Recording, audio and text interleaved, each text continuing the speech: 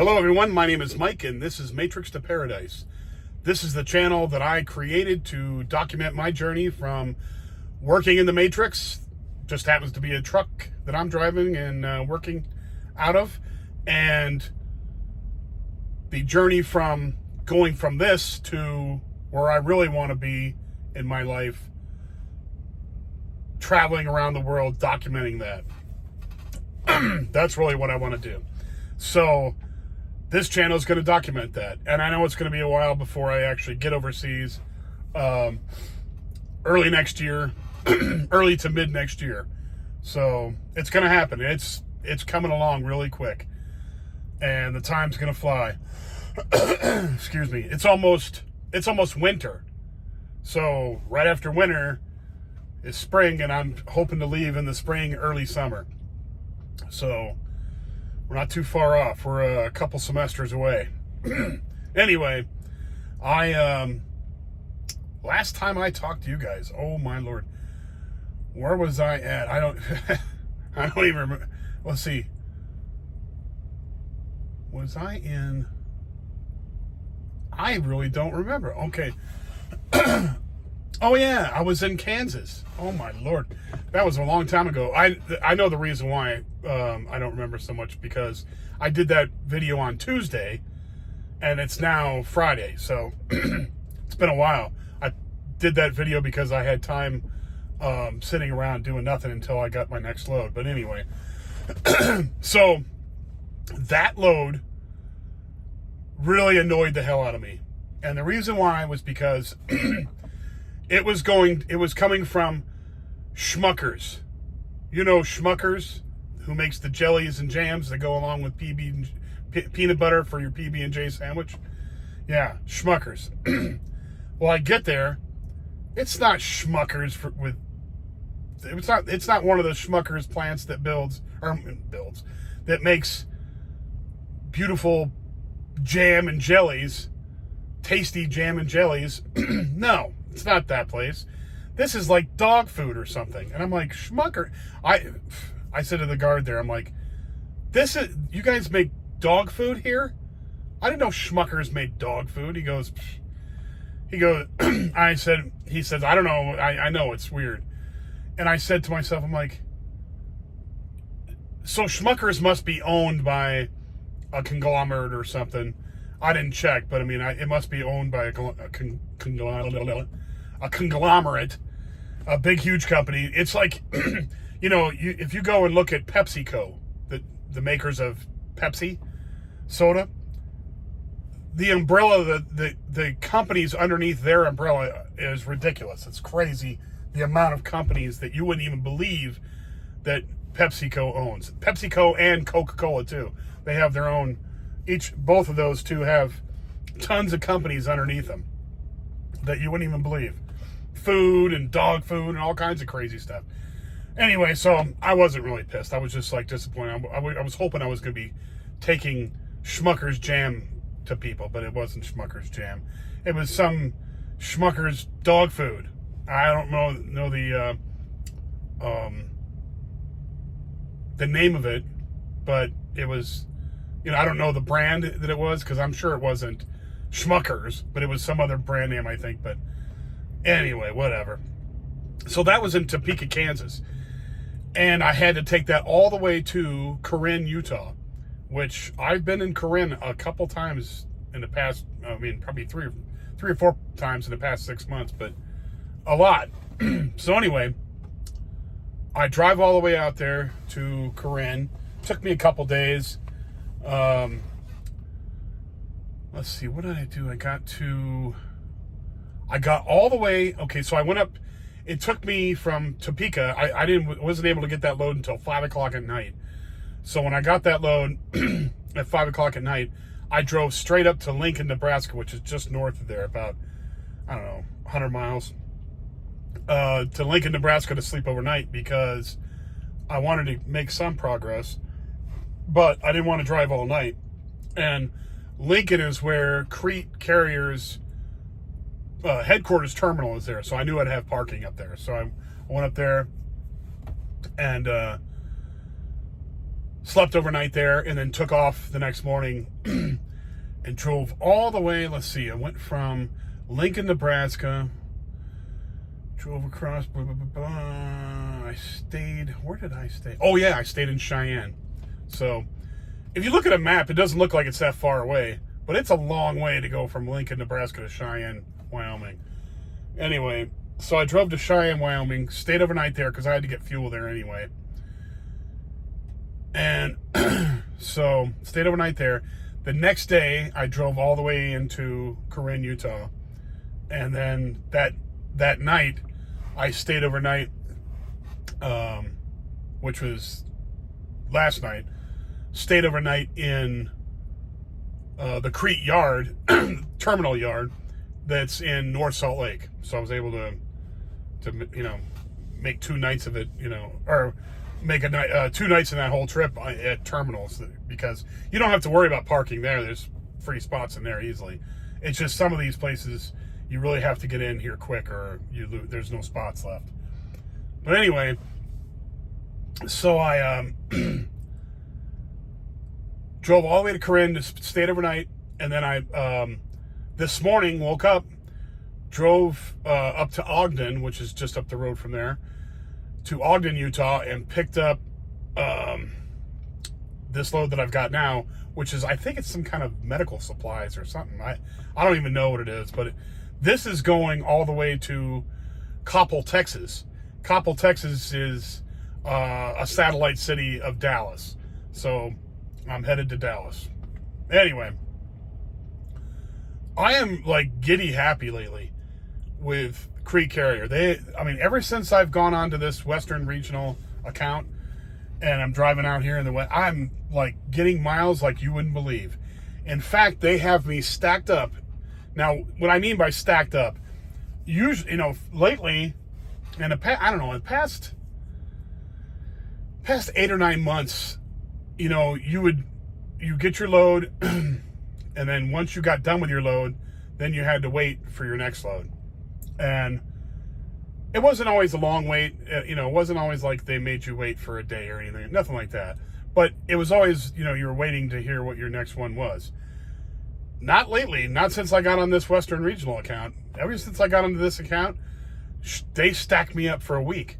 So I know exactly, as long as nothing happens and I make all my destinations on time, which I will, no matter what, unless I have a breakdown or something, or something happens, which knock on wood, pray to God, hopefully nothing bad happens. But anyway, as long as nothing happens, I should get over 3,000 miles this week. 3,000. That's not bad. That's not bad at all. In fact, that is wonderful. So 3,000 miles is going to be a heck of a nice paycheck, 2 weeks from now. So the paycheck I'm going to get this next week is going to be really good too.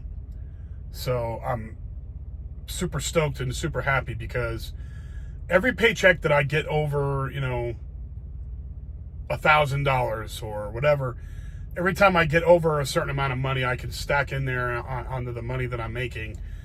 And it makes makes me giddy, because I'm getting closer and closer to leaving, getting on a jet plane. I feel like, Peter, Paul, and Mary leaving on a jet plane soon. So, John Denver also sang that song. But anyway, I'm getting closer and closer, and I'm getting giddy happy about it, that I'm getting closer and closer to that. So it makes me happy to think that I'm actually accomplishing, because when you first start off in some of these goals that you set out for yourself, you're like, my God. Let's just say you have weight to lose, and you say you had 100 pounds to lose. You're thinking to yourself, oh my God, 100 pounds. But, eventually a pound here, a pound there, a pound there, a pound there. Eventually you get down and you're like, holy crap, I only have like 40 left. And then, it ends up being gone, and you're like, wow, you get close to your destination, and wow, I can't believe this is all happening. So that's what's going on with me right now. I'm getting giddy because I can see the end of the tunnel. I can see the light at the end of the tunnel. But anyway, I called in again to check up on my postal pension. Okay, so what happened was they sent me a letter with a card, this like perforated card you pop out of the letter, and it has this number on it. And this number is like a case number. So when you call in there, you can give them this case number. Well, I'm supposed to get a PIN code, so I don't even have to call. I can just go right into the computer or the phone or whatever to their website, the Office of Personnel Management, U.S. Office of Personnel Management, and you can go check on the progress, right? Well, I haven't gotten that yet, so I was like, I wonder why I haven't gotten that PIN number yet. Well, I called up and I talked to a woman there. Believe it or not, I didn't have to wait at all on the phone. I thought I was going to have to wait 2 hours. Usually, when you call any kind of government office, especially the federal government, you're waiting for hours on the phone. So I was thinking I was going to be in the queue for a couple hours. But I ended up being in the queue, so I was happy. It was like right away. So I talked to her, and she told me that it only recently had gotten assigned to somebody, and this person had, it was like, I think it was August 26th or something, it got assigned to somebody. So it's only been a couple weeks, so they're working on it. So, and she told me, she's like, don't worry, they're going to back pay you, whatever, because August 1st, not August 1st, October 1st should be my first check, because my eligibility comes up on the 15th of September. So I just said, give it to me on October 1st. And if there's prorated in there, just throw it in there, the first one or whatever. But anyway, so, I might not get a check. I probably won't get a check on, God, I can't even speak right, on October 1st, because it won't be done, it won't be processed yet. So, and since my ex-wife is getting half of it, they have to process all that crap and all that. It's just a big pain in the ass. If I hadn't been married when I was there, and she hadn't tried to come after me and get my pension like she did, we wouldn't be going through this lengthy time, probably, because I got to find her and notify her and all this other garbage. But anyway, so I probably won't see anything for months and months. But what'll happen is they'll back pay me all those months that they didn't pay me. So I'll probably get one lump sum for the back pay, and then they'll start giving me regular payments. Which I'm giddy about that. I'm really wanting to find out how much I'm actually going to get per month. So, I don't know yet, really. I did some online calculator thing in there, and in their stuff, but I could be wrong. I'm not sure. I'm just hoping it's not less than what I thought it was going to be. So, and I lowballed it too. I just for the fact that I don't want to be disappointed, I lowballed it. So let's see what happens. I might be surprised, maybe not. Who knows? Hopefully it's not surprised in a bad way.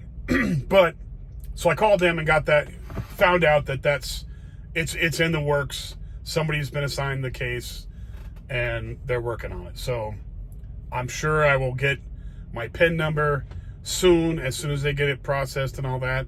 And then I can go check on it, daily if I want online to see where the progress is at. So I'm happy that's going along good. I just want to get that done, because a lot of this all depends on how long I stay, depends on how much I'm going to get in this postal pension. So, if I can get enough to cover my housing expenses overseas, then I'll be very happy. That'll make a huge difference. So, and then I just gotta, as soon as I have that number, because that's going to be a consistent number. As soon as I get that number, I can start making other plans. I can count on that number for whatever, and I can make plans for how much I have to take, and then, you know, how much I need to save more or less or whatever. But I mean, it'll be, you know, I'm definitely going to get enough to go over there and live for 5 years without having a job or having any income. So, you know, coming in besides the pension. And I want that to be, I want to know how much I'm going to get so I can make that calculation. So, and then I know exactly how much to save, you know, how much I need to take over there with me. And because I've already calculated how much it's really going to cost me. And I was totally liberal with the costs too. Conservative with it, you know, with paying out, but liberal with how much it's going to cost me. Like, it's going to cost me extra. I'm just planning on the worst case possible scenarios. And oops, somebody's parking right here next to me. Hopefully they don't pull up window to window. But anyway, so I'm wait for this guy to get in here. Dollar General guy. Yeah, those guys. Oh, what a pain in the neck that is doing that job. Dollar General, you have to unload the truck. That sucks. I definitely don't want to unload the trucks. So anyway, don't go all the way back, dude. So anyway, the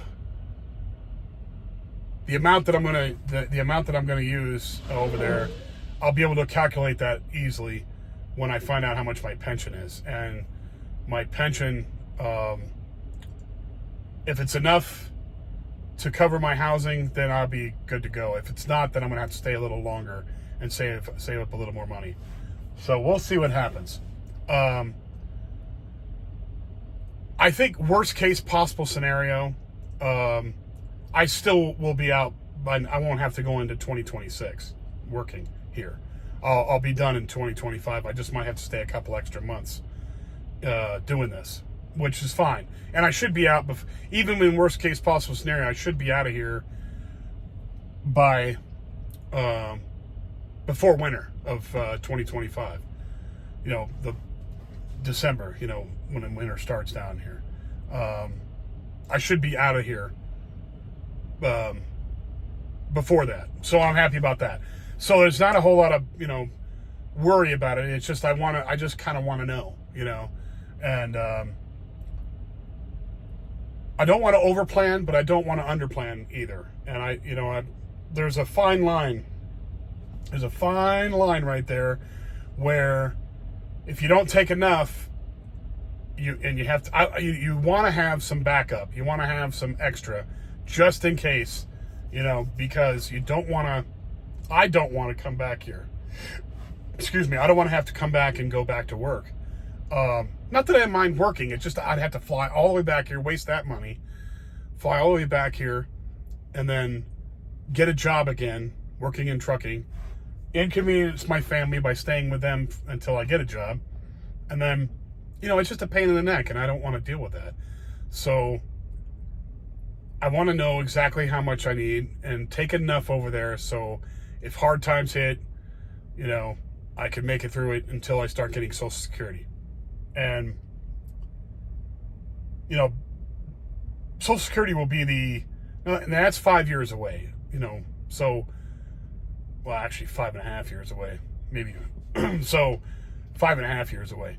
But I don't want to have to depend on Social Security and my postal pension. I want to build something over there before, you know, while I'm there. And I'm going to use that 5 years to do that. I'm not just going to sit on my butt and, you know, and drink beer and mess around. I'm not going to do that. I'm going to go over there. I'm not going to party while I'm over there all the time.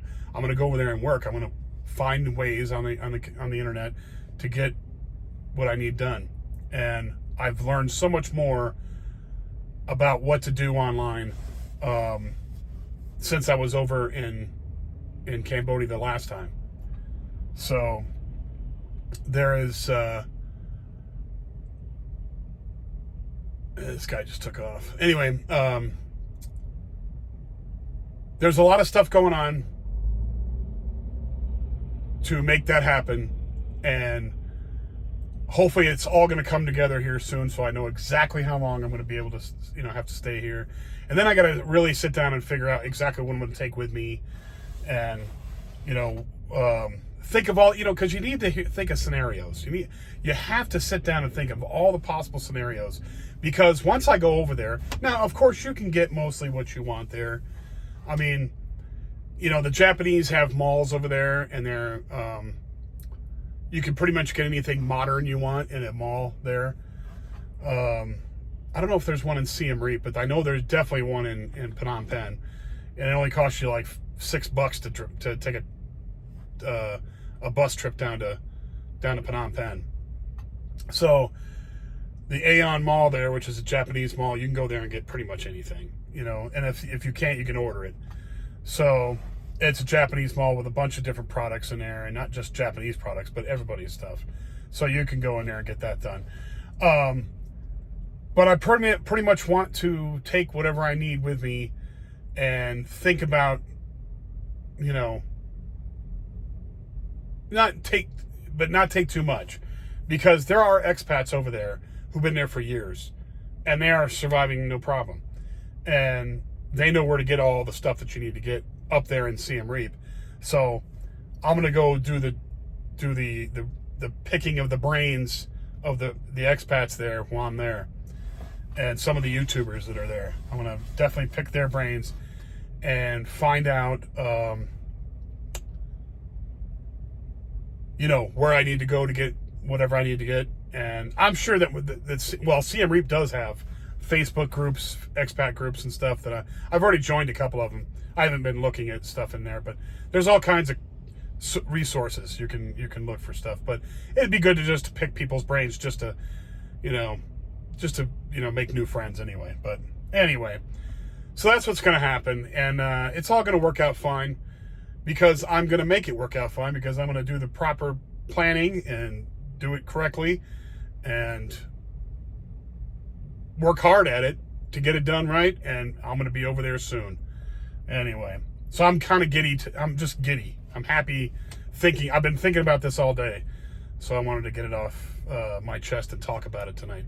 Anyway, if you like these videos, please hit the like button and the subscribe button. It doesn't cost anything, and it helps out the channel big time. If you know anybody who likes this content, escaping the matrix, traveling overseas, slow travel, trucking, inspiration, pass it along to them, and hopefully we get some new subscribers and get this channel rolling.